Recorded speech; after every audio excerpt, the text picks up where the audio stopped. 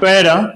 अब मैं आपसे एक दूसरा और बड़ा कठिन सवाल पूछना चाहता हूं, जो कि मेरे और मेरी सरकार के सामने सदा मौजूद रहता है। अगर मैं कहूं तो हम लोग राजनीतिक दृष्टि से गांधी जी के सिद्धांतों के बीच जन्मे और पले हैं। यद्यपि हमने गांधी जी के विचारों को ना तो अहिंसा के विषय में, ना अर्थशास्त्र के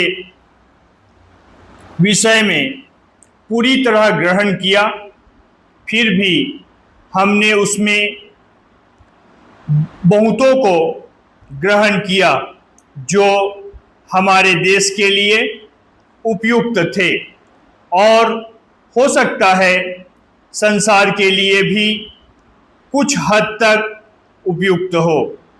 अब आप जरा ऐसे लोगों की कल्पना कीजिए कि जो सदा शांतिपूर्ण तरीकों को ग्रहण किए हुए अपनी स्वतंत्रता की लड़ाई लड़ते रहे हो। उन्हें हर दर्जे की हिंसा का और राज्य की हथियारबंद शक्ति का सामना करना पड़े।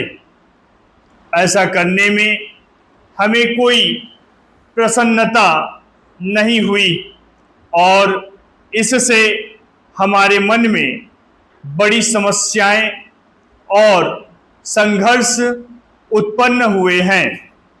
हम लोग एक सरकार की हैसियत से शांति और व्यवस्था के लिए जिम्मेदार थे और यदि हम शांति और व्यवस्था कायम नहीं रख सकते थे तो सारे देश के छिन्न भिन्न होने का भय था।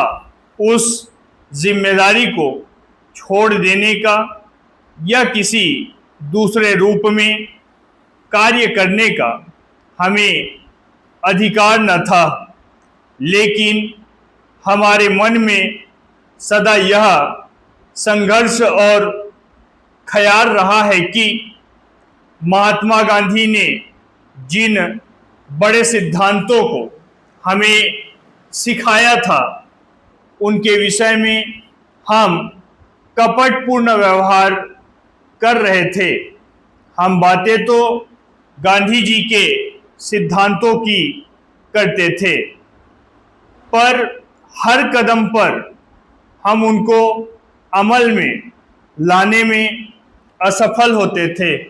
यह कष्टकर परिस्थिति थी, परंतु देश में उस समय जो वस्तु स्थिति थी उसे देखते हुए हमें एक विशेष प्रकार से कार्य तो करना ही था।